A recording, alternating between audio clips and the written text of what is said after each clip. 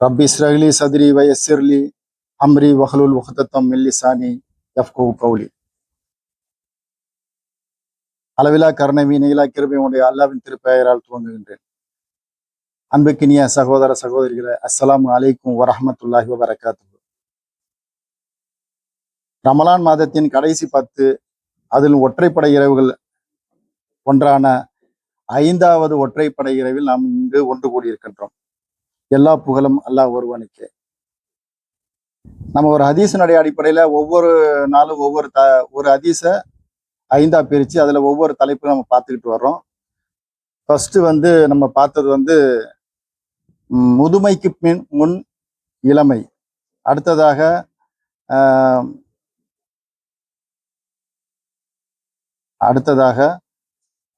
ஆரோக்கியம், நோய்க்கு முன் ஆரோக்கியம். அடுத்தபடியாக செல்வம் பார்த்தோம். அதுக்கு அடுத்ததாக ஓய்வு, அது பார்த்தோம். இப்ப கடைசியா நம்ம மரணத்துக்கு முன் உள்ள வாழ்வு, இந்த வாழ்வை குறித்து நம்ம இப்போ பார்க்க போகிறோம்.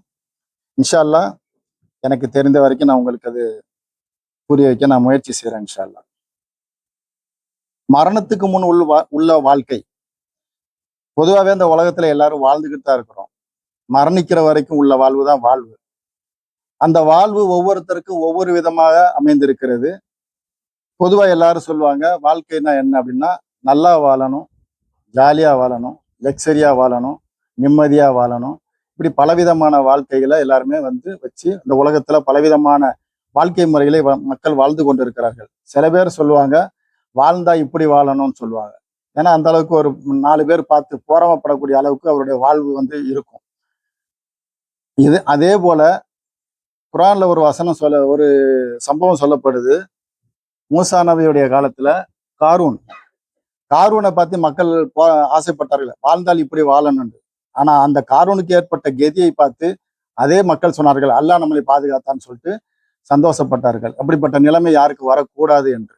இது போல மனிதர்களுடைய வாழ்க்கையில் பலவிதமான வாழ்க்கைகள் இருக்குது.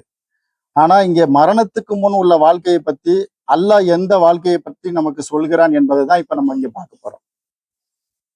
ஒரு மனிதன் வாழ்வு என்பது அவனது நம்பிக்கை எதுவோ அதன் அடிப்படையில் தான் அவனது வாழ்வு அமைந்திருக்கும். பொதுவா சொல்லுவாங்க இல்லையா, நம்பிக்கை தான் வாழ்க்கை அப்படின்வாங்க. எது நம்பிக்கைங்கிறதா இப்ப நமக்கு கேள்வி. எது நம்பிக்கை?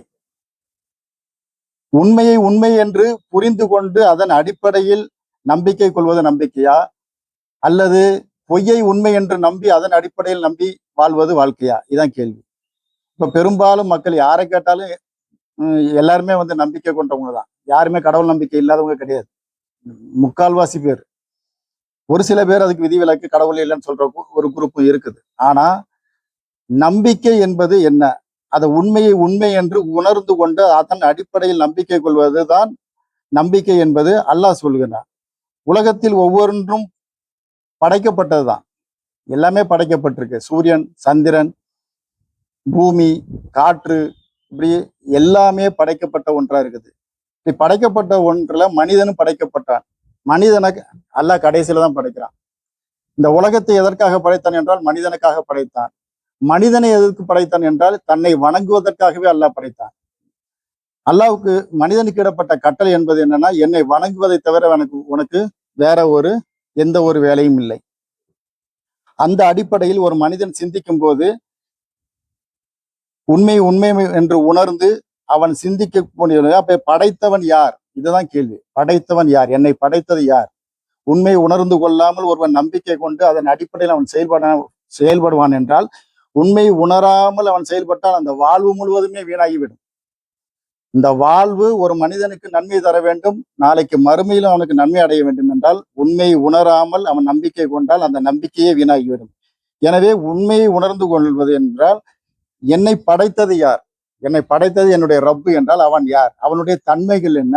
அவனுடைய குணங்கள் என்ன? அவனுடைய நோக்கம்தான் என்ன என்பதை உணர்ந்து கொள்ள வேண்டும். அதுக்காகத்தான் அல்லாஹ் குர்ஆன்ல சொல்றான், அகிலத்தின் அதிபதி என்று அகிலத்தின் அதிபதி என்றும் உள்ள அல்லாஹ் சொல்றான், அகிலத்தின் அதிபதி நான் தான். அகிலத்தின் அதிபதி அவன் என்றும் உள்ளவன், நிலையானவன், நித்தியவன். அவன் யாராலும் பெறவும் இல்லை, யாராலும் பெறப்படவும் இல்லை. இது அல்லாவை பற்றி அல்லாஹ் நமக்கு கொடுக்கக்கூடிய ஒரு விளக்கம். அப்படிப்பட்ட ஒரு அல்லாஹ்வை நாம் நம்பிக்கை கொள்கிறோமா, அதை நாம் ஏற்றுக்கொள்கிறோமா என்ற அடிப்படையில் தான் அந்த நம்பிக்கை வந்து ஒரு மனிதனுக்கு ஏற்படுகிறது. இந்த நம்பிக்கையின் அடிப்படையில் அவன் என்ன செய்கிறான் என்றால், அல்லாஹ்வை அவன் அல்லாஹ்வை அவன் வந்து வணங்குகின்றான். எப்படி வணங்குகின்றான்? அவனை நினைவு கூர்கின்றான். அல்லாஹ்வை நினைவு கூர்வது அவனுடைய உள்ளத்துக்கு அமைதி அளிக்கக்கூடியதாக இருக்கிறது. அவன் இறைவனை வணங்குகின்ற போது அவனுக்கு தேவையில்லாத சில சஞ்சலங்களிலிருந்து அவன் விடுபடுகிறான். அவனுக்கு பாதுகாப்பு கொடுக்கின்றது. பாவமான தீமையான காரியங்களை விட்டு அவன் பாதுகாக்கப்படுகின்றான். எனவே அல்லாஹ்வை நினைவு கூறுவதால் அவனுக்கு பலவிதமான நன்மைகள் ஏற்படுகிறது. அடுத்தபடியாக அவன் நம்பிக்கை கொண்ட பிறகு அவன் செய்ய வேண்டிய செயல்கள் என்ன என்று பார்க்கும்போது, அல்லாஹ்வை நினைவு கூறுவதோடு மட்டும் அவன் நின்று விடாமல் அல்லாஹ்வுக்கு அவன் நன்றி செலுத்த வேண்டும். அல்லாஹ்வுக்கு எப்படி நன்றி செலுத்துவது?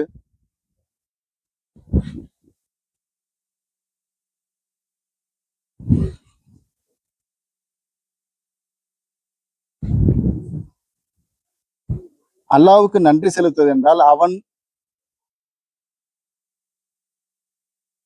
அவன் ஈமான் கொண்டு அல்லாஹ்வை வணங்கி தொழுகையை நிறைவேற்றி ஜக்காத்தை அவன் கொடுத்து இன்னும் பிற நற்செயல்களில் அவன் ஈடுபடும் போது அது அல்லாஹ்வுக்கு அவன் நன்றி செலுத்தியவனாக அவன் மாறுகின்றான். அதற்கு பல விஷயங்கள் வந்து அல்லாஹ் இங்கே வந்து குர்ஆன்ல ஒவ்வொரு இடத்துல சொல்லப்படுது. அதில் நம்ம ஒவ்வொன்றா பார்ப்போம்.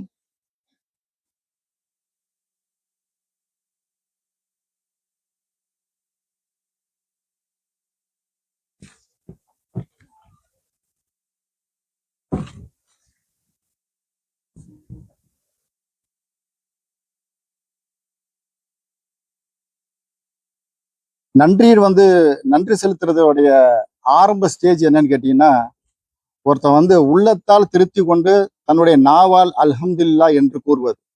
இது பெரும்பாலும் வந்து சில நபர்கள்ட்ட இருக்கிறது இல்ல. ஏன்னு கேட்டா, ஒருத்தர்ட்ட நீங்க எப்படி இருக்கிறீங்க? நல்லா இருக்கிறீங்களா? அப்படின்னு கேட்டா, ஏதோ இருக்கிறோம். வியாபாரம் எப்படி இருக்குது? ஏதோ பரவாயில்ல அப்படியே ஓடிக்கிட்டு இருக்குது. குடும்பத்துல எல்லாம் நல்லா இருக்காங்க. ஏதோ அப்படி இப்படி இருக்கிறாங்க அப்படின்னு சொல்லிட்டு ஒரு நெகட்டிவான பதில சொல்லுவோம். ஒரு திருப்தி இல்லாத ஒரு பாசிட்டிவான ஒரு வார்த்தை வந்து வர்றதில்ல. ஆனா இங்க அல்லாஹ் வந்து என்ன எதிர்பார்க்கிறான்னு கேட்டா, அல்ஹம்துலில்லாஹ் அல்ஹம்துலில்லாஹ் என்று சொல்லக்கூடிய ஒரு வார்த்தையில் அல்லாஹ் திருப்தி அடைகிறான். காரணம் இந்த வார்த்தை வந்து கலிமத்து சுக்குர் என்று சொல்லக்கூடிய ஒரு வார்த்தை. இந்த வார்த்தை ஒருவன் உச்சரித்தான் என்றால் அவனுடைய அவனுடைய லைஃப் ஸ்டைலே மாறிவிடும். அப்போ அவனுடைய உள்ளத்தால் திருப்தி கொண்டு நாவால் அவன் அல்ஹம்துலில்லாஹ் என்று சொல்லும் போது அவன் அல்லாஹ்வுக்கு நன்றி செலுத்தியவனாகின்றான். அடுத்தபடியாக தனக்கு வழங்கியவற்றிலிருந்து அல்லாஹ்வுடைய பாதையில் செலவு செய்வது. தனக்கு வழங்கியவற்றிலிருந்து அல்லாஹ்வுடைய பாதையில் செலவு செய்வது என்றால் தன்னுடைய நாலேஜ், தன்னுடைய பொருளாதாரம், தன்னுடைய உடல் உழைப்பு, தன்னுடைய முழு வாழ்வும் அல்லாஹ்வுடைய பாதையில் அர்ப்பணிக்கிறது. இதுதான் தனக்கு வழங்கியவற்றிலிருந்து அல்லாஹ்வுடைய பாதையில் செலவு செய்வது. இறை மார்க்கத்தை கற்று பிறருக்கு கற்றுக் கொடுப்பவர் உங்களில் சிறந்தவர். இந்த மார்க்கத்தை உணர்ந்து அதை விளங்கி அதன் அடிப்படையில் மற்றவருக்கு நம் அறியாதவர்களுக்கு எத்தி வைப்பது என்பது அல்லாஹ்வுக்கு பிடித்தமான ஒரு செயல். அவர்தான் சிறந்தவர் என்று நபி ஸல்லல்லாஹு அலைஹி வஸல்லம் சொல்றாங்க. அதே போல செல்வத்தை உரியவர்களுக்கு பங்கிட்டு கொடுப்பது. நம்ம கிட்ட ஒரு செல்வம் இருக்குன்னா அது எனக்குரிய செல்வம் இல்லை, அது பிறருக்கு சேர வேண்டிய செல்வங்களை நம்ம பிறருக்கு உரிய முறையில் கொண்டு போய் சேர்ப்பது. அதனால் நமக்கு என்ன ஏற்படுதுன்னா நமக்கு பல நன்மைகள் ஏற்படுகிறது. நம்முடைய மரணத்துக்கு பின்னாலும் அது நமக்கு நன்மையாய் வந்து சேர்ந்து கொண்டே இருக்கும். இன்னும் சொல்ல போனா சதக்கத்துல் ஜாரியா என்று சொல்லக்கூடிய ஒரு கல்வி நிறுவனமோ அல்லது பிறருக்கு பயன் தரக்கூடிய ஒரு எந்த ஒரு விஷயத்தை நாம் இந்த பூமியில் விட்டு சென்றாலும் நம் மரணத்துக்கு பின்பும் அது நமக்கு நன்மையை தந்து கொண்டே இருக்கும் என்பதுதான் அதோடைய உண்மையான ஒரு விஷயம். அப்போ செல்வத்தை கொண்டு நாம் செல்வம் இருக்கின்ற காலத்தில் அதை செலவு செய்வது. இப்ப நம்ம ஏற்கனவே பார்த்தோம் இல்லையா, வறுமை வருவதற்கு முன் செல்வத்தை நீங்க வந்து பயன்படுத்திக் கொள்ளுங்கள். செல்வத்தை பயன்படுத்திக் கொள்வதுன்னா நாம் சேர்த்து வைப்பதல்ல செல்வம். நம்ம செல்வத்தை உரிய முறையில் செலவு செய்வதுதான் அது நமக்கான பங்களிப்பாக இருக்கும். நமக்கு உரியதாக அது இருக்கும் என்பதை நாம் புரிந்து கொள்ள வேண்டும். இன்னும் சொல்ல போனா ஒரு சில விஷயங்களை வந்து சில நல்ல விஷயங்களை செய்யறதுக்கு கொஞ்சம் தள்ளி போட்டோம்னா அதை செய்யாமே போயிடுவோம். காரணம் என்ன கேட்டா அந்த உள்ளத்துல வந்து சில சைத்தானை வந்து ஒரு தவறான ஊசலாட்டங்களை உண்டு பண்ணக்கூடியவன். ஏன்னா அந்த செல்வத்தை செலவு செஞ்சா அது செல்வம் குறைஞ்சிடும்னு நமக்கு உள்ளத்துல ஒரு ஒரு ஊசலாட்டத்தை உண்ணு போடக்கூடிய ஒரு ஒரு விஷயம் சைத்தானுடைய பங்களிப்புல ஒரு விஷயம். ஆனா அந்த மாதிரி நம்ம வந்து தள்ளி போடவே கூடாது. ஒரு நல்ல விஷயத்த நம்ம நினைச்ச மாத்திரத்தை செய்து விடணும். அதே நேரத்துல ஒரு கெட்ட விஷயத்த நம்ம தள்ளி போறதுனால நமக்கு நன்மைகள் ஏற்படலாம். காரணம் அதை நம்ம செய்யாமலே கூட போயிடலாம். அது போல நம்ம இப்ப என்ன பார்த்தோம்னா, ஒரு நாலேஜை நம்ம கற்று அதை பிறருக்கு கற்றுக் கொடுப்பது, செல்வத்தை உரிய முறையில் செலவு செய்வது, அதே நேரத்துல இன்னும் பல இந்த சமூக சீர்திருத்தம் அல்லது சமூக பங்களிப்பு, அதாவது சமூக சீர்திருத்தம் என்றால் நன்மையை ஏவுவதும் தீமையை தடுப்பதும் சமூக சீர்திருத்தத்தில் ஒரு பகுதி அது. சமூக சீர்திருத்தம் பண்ணாமல் எந்த ஒரு மூமியனும் வெற்றி பெற முடியாது. இது ஒரு நபர்களுக்கு ஈமான் கொண்ட ஒரு சில நபர்களுக்கு மட்டும்தான் கடமை, மற்றவங்களுக்கு கடமை இல்லை அப்படின்றது கிடையாது. யார் யாருக்கு அல்லாஹ் எந்தெந்த ஆற்றலை வழங்கியிருக்கிறானோ அவர்களுடைய கெப்பாசிட்டி என்னவோ அதற்கு தகுந்த மாதிரி அவரால் முடிந்த நன்மையை ஏவுவதிலும் தீமையை தடுத்தலும் அவருடைய பங்களிப்பு வாழ்நாளில் அது இருந்து கொண்டே இருக்க வேண்டும். அதன் அடிப்படையில் தான் அவருடைய வளர்ச்சியும் முன்னேற்றமும் அல்லாஹ் வந்து அவர்களுக்கு ஏற்படுத்தி தருகிறார்.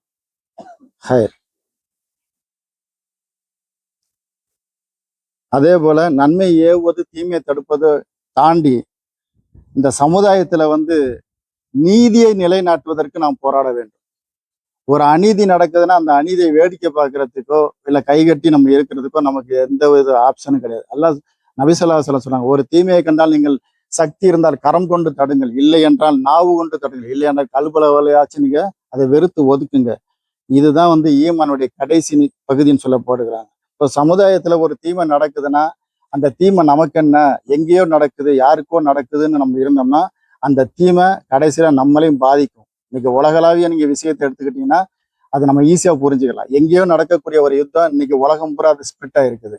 அது பாதிக்கப்பட்டதுக்கு அப்புறம் தான் மக்கள் சிந்திக்கவே ஆரம்பிக்கிறாங்க. ஆனா இஸ்லாம் என்ன சொல்லுகிறதுன்னா, ஒரு தீமையை நீங்க கண்டால் கரம் கொண்டு தடுங்கள் என்று சொல்லுகிறது. அதே மாதிரி நபி ஸல்லல்லாஹு அலைஹி வஸல்லம் ஒரு அழகான ஒரு ஹதீஸ் மூலியமா நமக்கு ஒரு விளக்கம் கொடுப்பாங்க. கப்பல்ல நம்ம போய்கிட்டு இருக்கும்போது கீழ்த்தட்டுல ஒரு சில மக்கள் இருப்பாங்க, மேல் தளத்துல ஒரு சில மக்கள் இருப்பாங்க. அந்த கீழ்த்தளத்தில் உள்ள மக்கள் அறிவு குறைந்த ஒரு மக்கள் என்ன செய்வாங்கன்னா, நமக்கு தண்ணீர் தேவைக்கு நம்ம மேலே போக வேண்டியிருக்கு, கீழே ஓட்ட போட்டு அந்த தண்ணியை எடுத்துக்கலாம் அப்படின்னு விரும்புவாங்க. அப்படி செய்தால் மேலே இருக்கக்கூடிய மக்களும் பாதிக்கப்படுவார்கள். எனவே ஒரு தீமை நடக்கும்போது அந்த தீமையை தடுப்பதற்கான முயற்சியை நாம் மேற்கொள்ள வேண்டும் என்று அந்த ஹதீஸ் வாயிலாக நபி ஸல்லல்லாஹு அலைஹி வஸல்லம் நமக்கு கற்றுத்தருகிறார்கள். அதுபோல இந்த நீதியை நிலைநாட்டுவது என்பது ஒரு சாதாரணமா எல்லாருக்கும் அந்த ஒரு ஸ்பிரிட் வந்துடாது. பேசலாம், சொல்லலாம். சொல்வது யாருக்கும் எளிய அறியவாம், சொல்லிய வண்ணம் செயல் அப்படின்னு சொல்லுவாங்க. சொல்றது வந்து பெரிய விஷயம் கிடையாது. ஆனா செயல்பாடுன்னு வரப்போகும்போது அவங்க உள்ளத்துல ஒரு ஸ்பிரிட் தேவைப்படுது. அது அல்லாவை பற்றிய அச்சமும் மறுமையை பற்றிய அச்சமும் இருந்தா மட்டும்தான் அது வந்து அவங்களுக்கு அந்த உள்ளத்துல அந்த ஸ்பிரிட் வந்து உருவாகும். எனவேதான்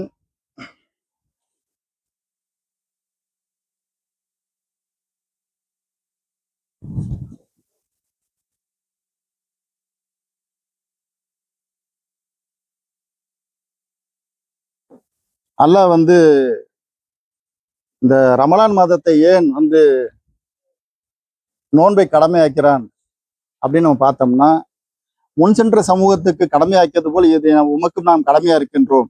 ஏன் என்றால் இதன் மூலம் நீங்கள் இரையச்சம் உடையவர்களாக ஆக வேண்டும் என்பதற்காக. அந்த இரையச்சம் என்பதுதான் ஒரு மனிதனுடைய ஒரு உந்து சக்தி, ஒரு பவர். அது இருந்தால் மட்டும்தான் இப்ப நான் சொன்ன இந்த விஷயங்கள் அனைத்தையுமே நம்ம இந்த உலகத்துல வந்து தடை இல்லாமல், அச்சம் இல்லாமல், எந்த உள்ளத்துல எந்த விதமான ஒரு என்ன சொல்றது, ஒரு ஒரு விதமான தயக்கம் இல்லாமல் செயல்படுத்த முடியும். யாருக்கும் அஞ்ச மாட்டார்கள். அல்லாஹ்வுக்கு அஞ்சக்கூடிய ஒரு மக்கள் பிற எந்த விஷயத்துக்கும் அவர் அஞ்ச மாட்டார்கள். அவர்களுடைய செயல்பாடுகள் அனைத்துமே அவர்கள் அல்லாஹ்வுக்கு நன்றி செலுத்துவதும், அல்லாஹ்வை நினைவு கூறுவதும், நற்செயல்களில் ஈடுபடுவதும் தான் அவருடைய வேலையாக இருக்கும். அதற்கு எந்த விதமான விலையை கொடுக்கவும் அவர் தயாராக இருப்பார். தன்னுடைய உயிர், பொருள் அனைத்துமே அவர்கள் வந்து அல்லாஹ்வுடைய பாதையில் செலவழிப்பதற்கு அவர் தயாராகவே இருப்பார். அது அது யாருக்கு இருக்குன்னா அந்த தக்வா உடையவர்களுக்கு தான் அது இருக்கும். அந்த தக்வாவை அடைவதற்காகத்தான் இந்த ரமலான் மாதத்தை அல்லாஹ் நமக்கு கடமையாக்கி இருக்கின்றான். தக்வா இல்லாமல் இருக்கக்கூடிய மனிதர்களுக்கு ஒரு பலவீனம் இருக்கும். அல்லாஹ் வந்து 22வது அத்தியாயத்துல 11வது வசனத்துல சொல்லி காட்டுறான். உங்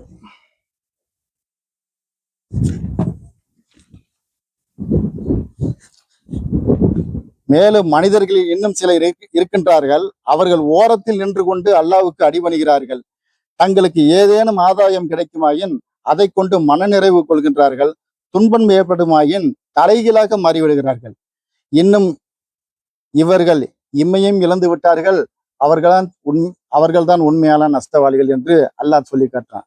காரணம் கேட்டா அவர் வந்து ஒரு எதுலையுமே வந்து ஒரு ஒரு முன்வரிசை வைக்க மாட்டாங்க. எல்லாத்திலுமே ஒரு பின்தங்கி இருப்பாங்க.